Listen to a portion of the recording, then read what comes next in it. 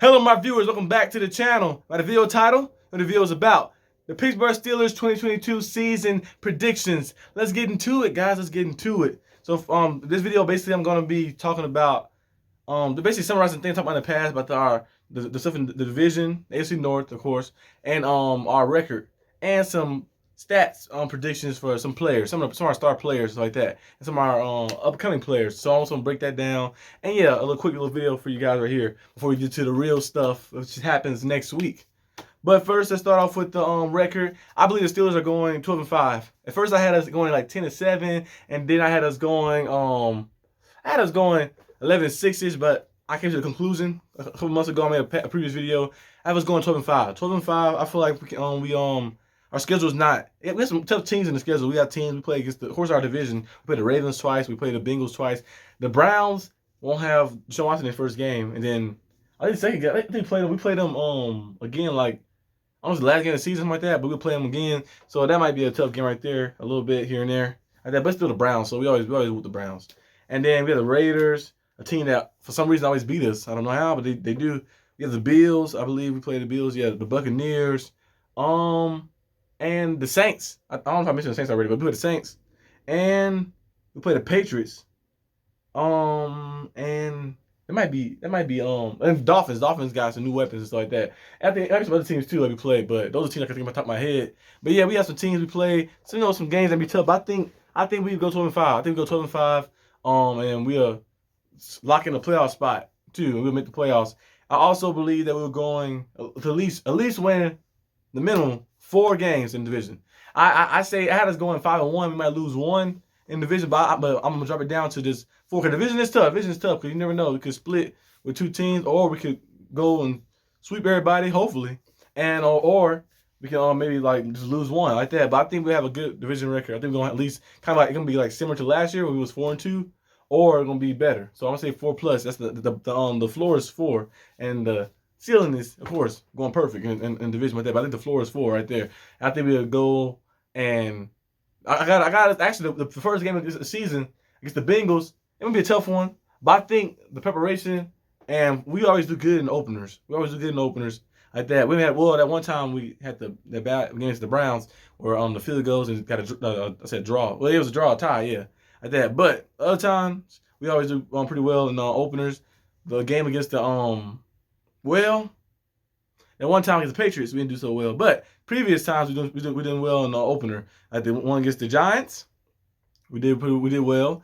The one against the Bills, we did well. So the past 2 ones we did pretty well. I think we should keep that momentum going and make the 3rd straight opener win like that. So hopefully we can get that done.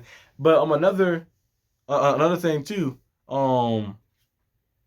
We play the Ravens like what week is it? I forgot. I had it in my head. Then now I lost it. But I think the Bengals game, that first one will be tough, but I think we can win that one. And then the Bengals, the next game is at our home. I think we can maybe win. If we can win this first one, I know for sure we can win that second. I know the second one I got us winning now for sure. This right here, the toss up. Hopefully we come and win it. And the Ravens, I feel like our team is better than the Ravens. The Ravens team was last year. The Ravens team, I feel like kind of like diminished a little bit. I know we added some pieces. They added some pieces here and there too, but like the offensive side of the ball is really just Lamar and Mark Andrews.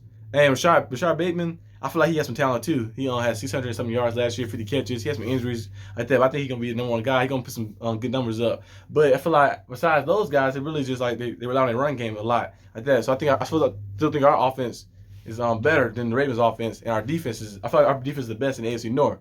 So I got us we have the best defense in the AFC North.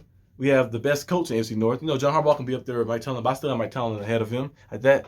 And we have, that's probably it. We might have the best quarterback. I think the best quarterback in the AFC North is probably either Lamar or Joe Burrow, like that. Lamar Jackson got an MVP and an All-Pro, 2-time Pro Bowler. Joe Burrow is a Pro Bowler and stuff like that. Well, no, I think Joe Burrow missed the Pro Bowl actually. Yeah, I think they didn't select him to the Pro Bowl. They took Lamar Jackson and Josh Allen, right? In the Pro Bowl, something like that. Something happened like that. Something crazy happened. But I think Lamar Jackson, Joe Burrow, the best 2 quarterbacks in the division. Deshaun Watson haven't played in almost 2 years, so and he'll be back by week 11. So I ain't gonna really put him in the conversation for that stuff. But I feel like we Might have the overall might not be the best team overall because I think the Bengals had the best offense, but I think our defense is the best, and we do have a lot of weapons. We're not a bad offense. We got a good offense. I got a lot of weapons up there. We got to put it together, and as long as we buy into the system, we'll be good. But the AFC North is wide open. Really, AFC North is wide open. When I say wide open, I mean it's like any team can get. I ain't saying it's like easy. Any team can get because like I predicted like it's like 12 teams that make the playoffs. It's only 7 spots. It's like look at the AFC North. You have the Steelers, you have the Bengals, you have the Ravens. The Browns, I wouldn't put them in there because they start going to be missing for 11 games. They can come back, so you never know what can happen. So and like kind of in and out. And then you look at the AFC East. You have the Bills, Patriots, Dolphins. That's already 6 teams. You look at the AFC West. That's all the teams can go. Chiefs, Chargers, Raiders, Broncos. They all can go. So that's already 10. And then you look at the South, the Colts and the Titans. So and then I like the Texans too. Davis Mills is a nice quarterback. But I feel like and Trevor Lawrence is nice, and he got Christian Kirk with Marvin Jones over there too, and Travis Etienne coming back. And James Robinson is a good running back too. He was a Pro Bowler his rookie year. But I feel like they still got they still got time before they are a contending team. But it's 12 teams out of the 15 that are contending teams and like fighting for playoff spots. So I think our best bet to make the playoffs this season is to win the division. And that would be the best bet to guarantee yourself a playoff spot, at least a top 4 spot, at least a one home game in the playoffs. Because the AFC is very tough this season. But some predictions I got for some of the players. If Mr. Trubisky start, which it's kind of leaning towards him starting. I think he'll be probably around that 3,800 plus passing range, probably around like 27 touchdowns, maybe 10 receptions, like something like that. I think he'll have like maybe 300 plus rushing yards. He have probably like maybe a couple rushing touchdowns here and there. Hopefully, he uses his legs a lot, 300 plus, or like maybe 300, 400-ish rushing yards, and like he plays alive and make things happen with his legs. And running back, I think Najee Harris will go for 1,300 this year, and 10 touchdowns, 10 rushing touchdowns, and maybe 2 receiving. So I think 12 total touchdowns to Najee.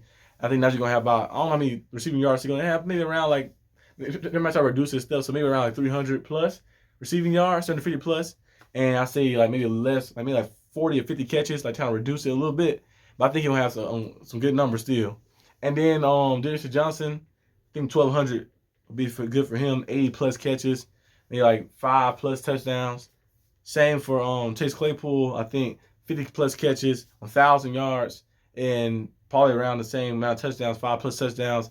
And I think George Pickens is going to have probably around 40 plus catches, but like 700 plus yards. Like it'll be that range. I think it's gonna be like his, especially if he's healthy, too, like that. I know he had the injury in college, but he hasn't shown any signs of slowing down because he had an ACL injury in college, and like when we've seen in preseason, he's been going crazy. He's been going crazy and been like that guy who you can look to in deep ball situation. So hopefully he be like a big time player.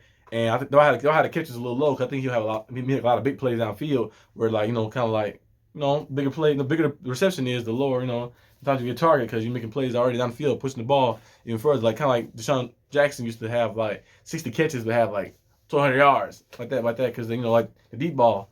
But Calvin Austin, I think he's gonna be. I think if he come back, I don't know if he's coming back. He's on IR right now, so I don't know if he's coming back maybe like week 6 or something, week 5, 6. I don't know what the time limit for it. I look it up. I haven't looked it up yet. But Calvin Austin, if he do play a good sample size, I think he can be a guy who can get 400 plus yards, make some big plays downfield. Pat Freiermuth, I have high aspirations for Pat Freiermuth. I think Pat Freiermuth gonna have 10 touchdowns this season, 700 plus yards. He's gonna try to keep emerging because, in my opinion, I ain't saying George Kittle, but in my opinion, he kind of reminds me of George Kittle. His play style is like George Kittle. He plays ferocious. He can block. He can run routes. He's a vertical threat and deep down the field, and he can jump up, catch the ball. He's 6'6", a big frame, and powerful. A powerful tight end. A tight end who can do it all. I feel like if he get utilized more, he could be in that range. He reminds me of Kittle and Gesicki type. So like he can be in that range of like 700 plus, double-digit touchdowns, and maybe Pro Bowl-like level. But AFC got some good tight ends. Travis Kelce, Darren Waller, Mark Andrews. So you have to the Pro Bowl here. You have to be doing some crazy stuff. So I think he can get there though. If he get a lot more targets his way. And on defensive side, some of our top players like TJ Watt, I predicted TJ Watt will have 25 sacks. If he stay healthy the full season, I'm saying 25 sacks. I think the defense as a whole will have 65, hopefully. I think Cam Hayward can get 12 to 14 sacks like that.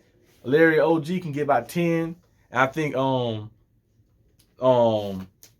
Highsmith can get, I don't think, well, I mean, Alex Highsmith had last year. Was it 5? Was it 5? I might be mistaken. Let me know in the comment section.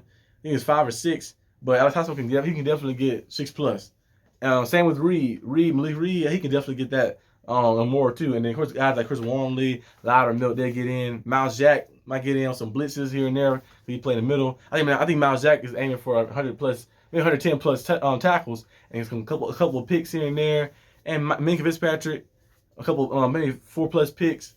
Drop his tackles down, because last year Nicholas Fitzpatrick had a lot of tackles, had to come hit the count. Was he had over 100 tackles, 124 tackles, something like that? He was coming downhill a lot. He had to come downhill a lot because we can't stop the run. And free safety was playing downhill like a extra linebacker because we couldn't stop the run. So like they get past the first line of defense, and then you see Minkah Fitzpatrick going down there trying to do a shoestring tackle or hitting somebody like that. But this year I should drop right down to his normal range, to like maybe 60, 70ish, around that, because he's more of a pass coverage guy. So going downhill, but at least last year he showed us that he can get downhill and play that grit style of football and make the tackle, make the plays.